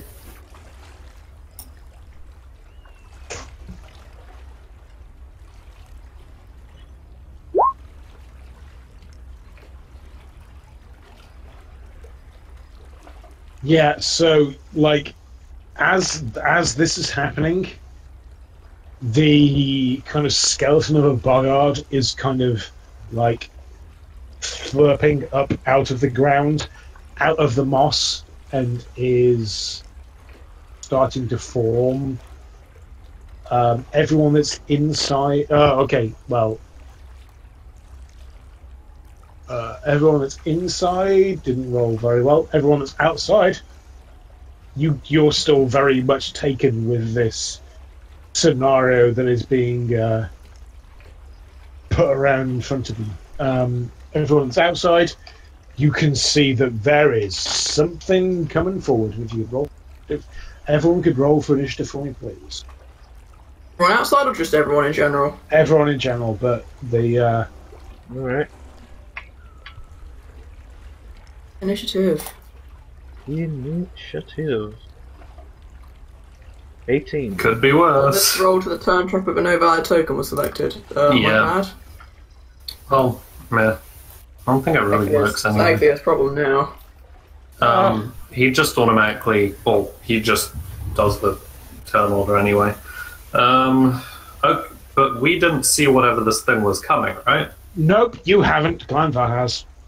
Shit. It's almost as if this thing was existing simultaneously on the astral and physical planes, and that leaving somebody behind on the physical plane was a really good idea. Yeah. Venus. Okay, so let's roll that. Oh, that's a high roll. Okay. Revenant. In terms of, so I'm just looking at it.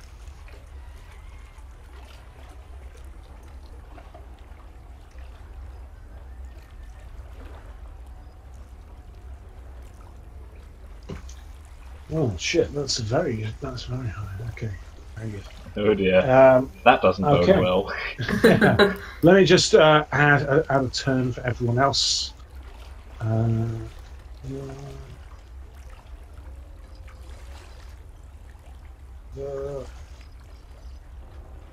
Two, three, four. The Glanvar gets to work on a 2.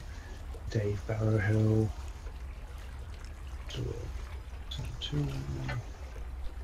Ira gets to work on a 5. You know what? I work better towards the end of the turn order anyway. That's fine. Yeah. Yep. So far, I've only got Glanvar and Dave with numbers up though. Ah, never mind. They're not in the correct order, but everything aside from whatever the hell that is, Okay. Creepy John. Everyone aside from Creepy John, I can now see. Ah, now I can see Creepy John's as well. Okay, good. Okay, so now we're now in initiative, and Creepy John is going to make an attack upon. This is really weird. So, in terms of the psychic presences that you're putting forward, who felt that their psychic presences were positive, and who felt they were holding them back? I think that Apollyon's is both, because his his actual self-image of his person is, well, it's Apollyon. So, I mean, he's a bit of an egomaniac. So he his own self-image is quite good. However, there is the whole, The whole thing. the Buckhart thing. Yeah. Okay, I'm going to keep that as neutral. How about anyone else? Yeah, I was away. whether their sort of psychic imprints are any stronger or weaker than their normal selves. Dave probably thinks of himself as being a bit weaker than he actually is in terms of strength, but everything else is about the same. He probably thinks his constitution's a bit higher. Okay, in which case, Dave, you can add a +1 to the constitution save. Thyra? I think Thyra's kind of like this normally. Like, she kind of, she pretty much subsides entirely on her will, and right now that's pretty much the only thing keeping her standing. So, kind of the usual. Okay, so everyone else is kind of just standard. Okay, that's great. This kind of... In my head, I was assuming that we wouldn't split across planes, but okay. So we're gonna handle this dually across the physical and metaphysical planes. In terms complicated. No, it's fine. I got this. There is a boggart that is growing out of this key point, and anyone that is arcane attuned can sense the pulsing out from this area. It's like, and you will have picked up on this, anyone that is inside the ritual, that they basically ignored the Gavazev cultists fucking killing this boggart, and then they went about doing their ritual, and the ritual, you can tell, caused the swamp to increase. It was powered by spirit, and some of this was the spirit of the person that died. It wasn't on purpose, but that's what happened. And intrinsically, this spirit has been locked here, and, well, you've just done a seance. Alright. It's angry. Mm-hmm. And it is looking about, and on the physical plane, it's looking like a boggart skeleton filled of ectoplasm that is moving around. And simultaneously, in the exact same place, on the spiritual realm, it's looking like a strong boggart warrior, like ripped as fuck. Damn. It's looking like an idealized boggart warrior. Oh dear. And you're kind of kicking the shit out of it on two planes simultaneously. All right. It's going to start off, and it's going to start off on the astral plane, and it's going to start off at Fae, and it's going to move forward and make a bail. In fact, no, it's not gonna target anyone. It's just gonna do a baleful shriek. It just shrieks this shriek-like croak. Anyone within 60 feet of it must make a DC 18 will save. Oh wait, isn't this like a sonic effect, and bards get special things against that? Yes. That's physical and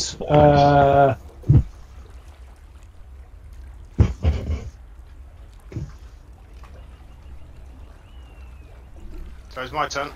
Mm-hmm. Can I hit it? If it is it. You've hit the thing. Mon has actually failed the thing. So let me just roll a d4 for him before we get into that. I can't find the information about the Sonic stuff on the Bard page because it's long. No, this counts as Sonic. But I can't remember what bonuses I get and stuff like that because I can't find it on the page. Okay, no, that's. Let me just check to see what you rolled. Hold a minute. Bard gets +4 bonus and saving throws made against body performances, Sonic, and language-dependent effects. That's fine. You like it's only Mon that's been affected by this. I just need to roll a d4. What was the save? Was it will? Yeah. So I could still fail it even with a +4. I fail that as well. You have failed that, unfortunately. So I'm just going to roll a D for that. Okay, so both Dave and Mon are cowering in fear for one turn. Okay, so how is that? What does that? Hey, I get a bonus exactly? against fear effect as well. Does that stack? It does stack, but I don't think it's going to stack enough. +2 Well, if against you fear get- effects of being a halfling. Yeah, it's DC 18, and I'm pretty sure the halfling thing is like a +1, It's like a +1/+2, so yeah, you're right. +2 maybe. I don't think it takes you enough. Either way, it's not enough. Yeah. Okay. So basically, as this weird creature just kind of croaks out this rage and fear and just anger at being killed by people that were supposed to be on the same side but have killed it for a reason that doesn't really make sense. It's yeah. Let me just check that for you.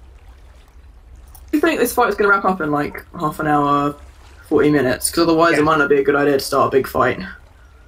We can stop it now if you'd like. I suspect it's probably going to wrap up quicker than that, but Should we do like one round of combat and see how we feel? yeah. Yeah. Okay. Anyone that is now panicked. Alright, so... Okay, what does that do? I'm pretty Everyone Google's panicked Pathfinder. no, I'm pretty sure that that is a more severe state of shaken. Yeah. And Right. I think it's just that the bonuses improve, and you have to make a save or like run from whichever source is causing it or something. Yeah, you have to... So it says, a panicked creature must drop anything it holds and flee at top speed from the source of its fear, along a random path. It doesn't take any other actions. In addition, it's a -2 to saving throws, skill checks, and ability checks. Oh, that's good. So we're running away, and I've dropped my loot. Yeah. No, I wasn't holding anything, so... Is that in the physical plane or the spiritual one though? Spiritual one. Does your astral loot get dropped? Asking. Maybe it just Oh, yeah, disappeared. that's actually a very good point. And what's in the astral planes? The astral version of you that's running away. Your physical version is still there. Alright. Oh, great. Okay, Glanvar, you're up. So he's in both planes. He's in both planes. You're in only one of them. Well, I got that one. That one straight away. I'm gonna use a single arrow. Okay. I'm sub my distance. It should be. Yep, just about.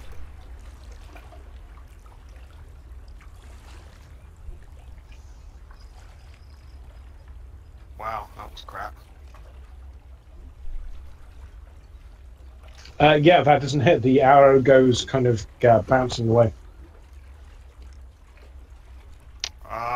Right, that is my turn. Actually. Apollyon. Yes, I will do as instructed by the panicked effects. And move here. You get another save? Or is Oh, that only on do its we? turn? I don't know. Do we? I'll allow you another save at the end of your turn. Alright, then I will move as instructed. I rolled a d8 there to determine the direction. And then... D8, and that's there's pretty smart. no other action that I can take, right? Unfortunately not. Alright, and then another will save, you said? The,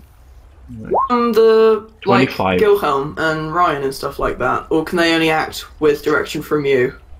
Oh no, like Gilhelm and Ryan, they're fine. Like that's fine. Don't worry They- about it. Like Gilhelm and Ryan can attack if they. Oh, right, in that case, yeah, I am gonna have them attack as well. Ryan, go.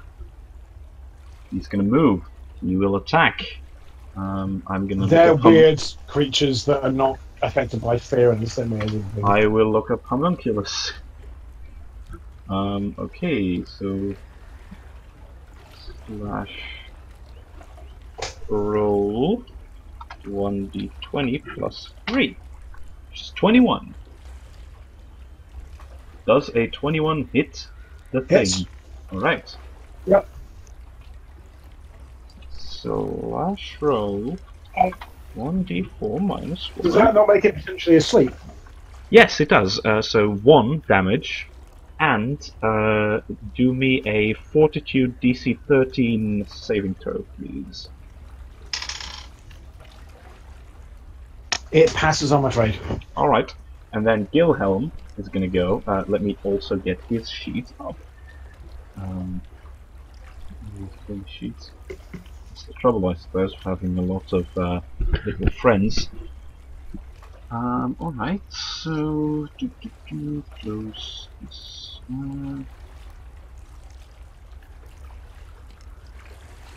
Okay, I'm gonna move him to here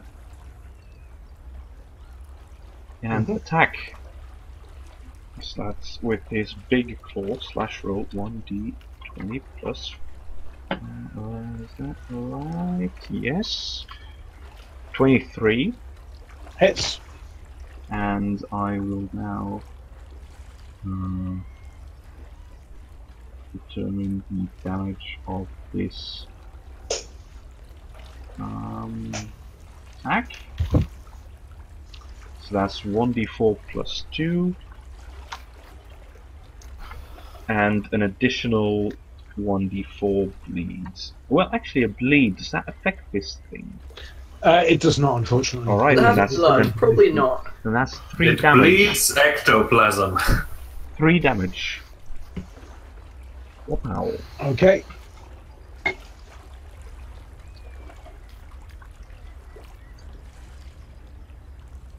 Dave, you're up. I guess I run away as well. There goes my spectral loot. Right. There. Like, this is a fundamentally terrifying experience for you, Dave. Like, They've not been on the astral plane, this thing is screaming, and it is rending your soul. Spooky. I don't think Dave would ever drop his loot unless it was super scary. So yeah, it's super scary. Yeah. Okay, sorry, you're up. Okay, so My animals. Do I not get to use sorry, them? yeah. Oh, sorry, Dave. Anything else you want to do? Because I did send her and Max to go sit on a tree. Yeah, absolutely. Can I get an icon for that? Who did you want an icon for? Sorry. Boost the eagle thing.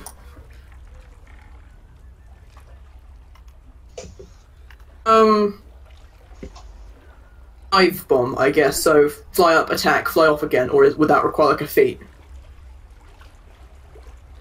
I'm pretty sure that spring attack is the feat that you're looking for. You currently have an eagle token that by you, if you can see it.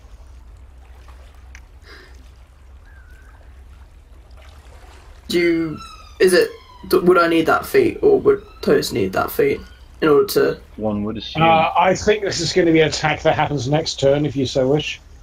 You're kind of freaked out right now, and this is the bird Oh, okay. So I am responding to still you. technically commanding Toast. It's not just her attacking of her own.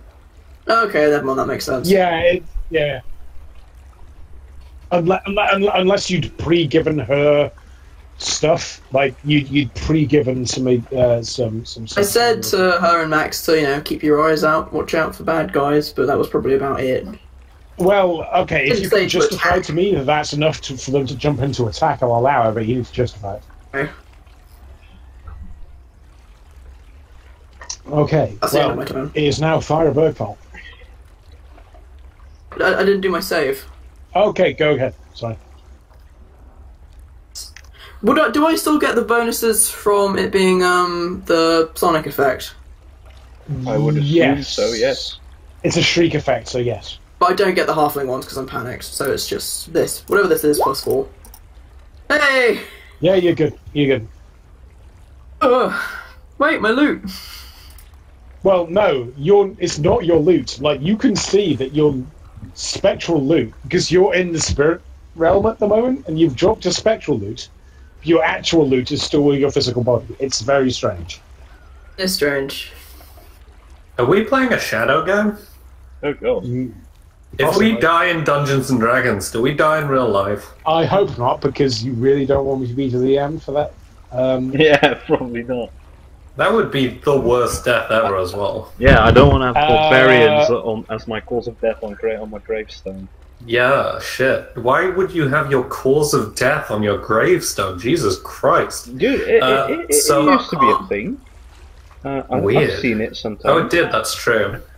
They used to die of, like, chimney sweep fever and such. Anyway, sorry, Mayor? Yeah, go on. Thyra's gonna step forward once, and then she's actually gonna sort of slam her fists together in the kind of way that basically all of the sort of symbols of Thor hanging onto her slam into each other as well. And then she shifts to her lesser angelic aspect. Okay. Which fucks up evil things. That is the technical description. It do that thing. Yeah, so seems pretty pissed off. Potato. Mm. Why now, I suppose. It's better than not having a lesser angelic aspect. I'm willing to go for it for now. Okay. So yeah, I do that, and that's my turn. Okay, do you want to roll me a contested wisdom save? Yeah, sure. Oh shit! I've rolled a natural one, so try and roll better than that. I also get +2 resistance bonus on saves. So would this be a will save? Yeah, willpower. Yeah, cool. Yeah, so that's 14. Yeah. So I actually rolled a natural one, like legit rolled a natural one. So as I change, I let loose this just bellow. Like full, if I had lungs, they would be just emptied as I just roar this thing. And it's really weird, depending on where it is that you're looking at this thing, but it just starts to fucking evaporate. That was fast. And it just kind of like goes away. Like you don't think this thing is fully defeated, but it's certainly driven away for the meantime, and you appear to have gotten the information that you needed. I mean, Thyra, as you stride forward in your angelic aspect, particularly anyone that's on the astral plane looks at you, and they see you in your full splendor. Like, it's like Barry's just like, oh shit. And what I'm going to do is just say to the spirit, you should have died in battle, and I'm sorry about that. Now leave. And it's just kind of like, it's like fizzing as you're getting close to it. And just want to roll a quick perception check, actually, Thyra. Sure, why not? I mean, I've rolled fucking splendidly in those recently. Yep, nailed it. Like I noticed nothing. like 9 doesn't hit, and so you don't see anything. The last thing that you see is Donovan looking over to a thing to the left where you are, and just at the very last minute, as you look over, you can see, and anyone else can see at this point as well, there's a man with a long black cloak and kind of like a head kind of scarf tied around himself, and a very old man sitting on a gravestone. And as you look towards Donovan, you can actually see that you hadn't picked this up before, but he picked up some kind of scrap of cloth and tied it around his arm, and the scrap of cloth around his arm seems to match the headband, or the head kind of like covering that the ghostly thing is wearing. He just kind of gives finger guns to Donovan and says, looking good, kid. He just kind of evaporates off of his dad and just claps him on the shoulder. Nice. Shit. We just saw a lot of dead people. This has been this has been a very dead-heavy day. Yeah. Another day for Apollyon, but I can't. Yeah.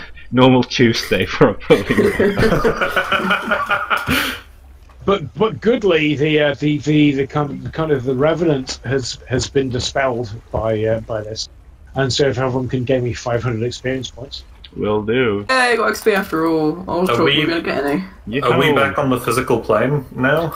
I mean, yes. As you kind of like, just kind of, this is a very fucking weird scenario that you've gone through, and you are back on the. Thyra immediately falls on her ass. Yeah.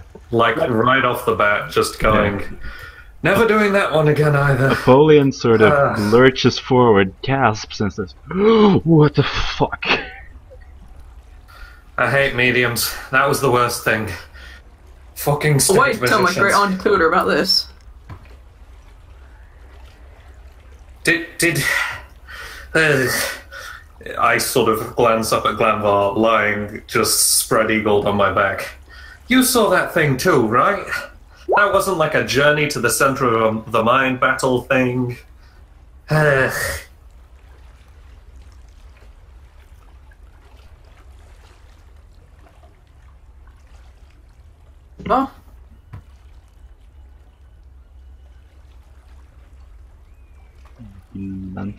Eggers. Sorry, it's all gone very. It went very quiet. Oh yeah. Yeah, we were. I basically said we all sort of fell out of the astral backwards time plane. Yeah. I sort of immediately fell onto my ass, and I just sort of glance back at you, and I just go, So you saw that thing too, right? That wasn't some sort of battle in the center of the mind level bullshit. Bluff. Nope. Nice. You can roll bluff if you like. I like Donovan and the other people that are still around. I'm not sure Thyra's like conscious enough to roll against it at this point, so she sort of takes him at his word. If you want to have that as an uncontested, that's an uncontested. That's fine. Yep. Nope. But yeah, that's pretty much what's gone on with this session. We're going to continue onward. Like Darren's looking tired. He's like,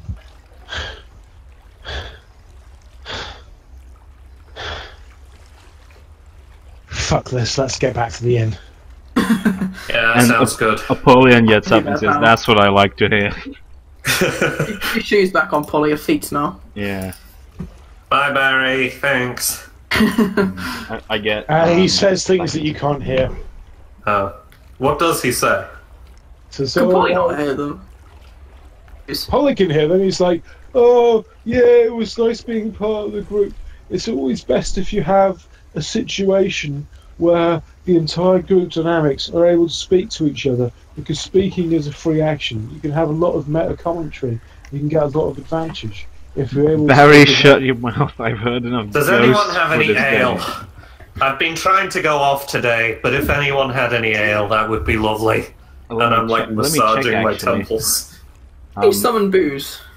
Why would I be able to summon booze? You change water into booze. That's where you can do that. I drink the other half I just of the didn't micro prepare that. flask of coffee. Please, Polly. Does the sledge have any booze on it? Roll me... That's a very good question, actually. Well, I just asked Herman. It's his shit. Yeah, no, you're right. I'm gonna roll a perception check for Herman, and he rolls a 13. Yeah, they've got a couple of bottles of ale that you can share. Oh, you're a good lad, Herman. I'm sorry I said all those horrible things about you. And Actually, I just start swinging the ale. I didn't hear any of those things. What are you talking about? No, never mind. It's fine. I just saved you from a death. I'm frequently saved from there. No, Apollyon is gonna, like, as he's drinking the coffee, he's going to sort of walk along with them and say, how about you share some more of that? Some too. Can I have some coffee as well? Please, Polly. I feel like giving Dave coffee is a license to is like a it's gonna end in tears. And alcohol Booze isn't as well, too it mean. counts to the Yeah. round. Well, I am more yeah, comfortable Dave giving can him- drink, it's fine. But I don't want a halfling bard to be hasted for the entire next session. Nice. Poorly. You might. But what did you That's- say, Ag? Nothing? So Apollyon is gonna look into his Michael flask with coffee. Because I think the actually- micro flask is empty at this point, right? yeah, like it is actually I empty. think he at drank this- half, didn't he? Oh. Yeah, but I only had half left. So Oh. Apollyon sort of looks into it. He turns it upside down, and like a bit of like coffee, you know, the sludge you get at the bottom of the Yeah. cup, sort of droops out and splotches into the swamp. Which Gilhelm kind of slurps up. Yeah, like he sort of like with the tongue through one of the eye holes, sort of. That's so weird. That wasn't even in character. Thyra's probably quite okay with Gilhelm. Yeah. Just, Yeah. Gilhelm is. He's a good soul. he is. He's an old soul. Yeah. He likes record players and smooth jazz. Yeah. So, you reckon next session we're going to get to the end? Oh yeah. Probably. Nice. It's good. Right. Okay. So Okay. I think I'm going to be ending the stream. I thought we were going to right get to here. this one. Yeah, yeah, it's good. All right. Yeah, So say goodbye, everyone. That was fun. Bye. Bye. Bye. Thanks for watching.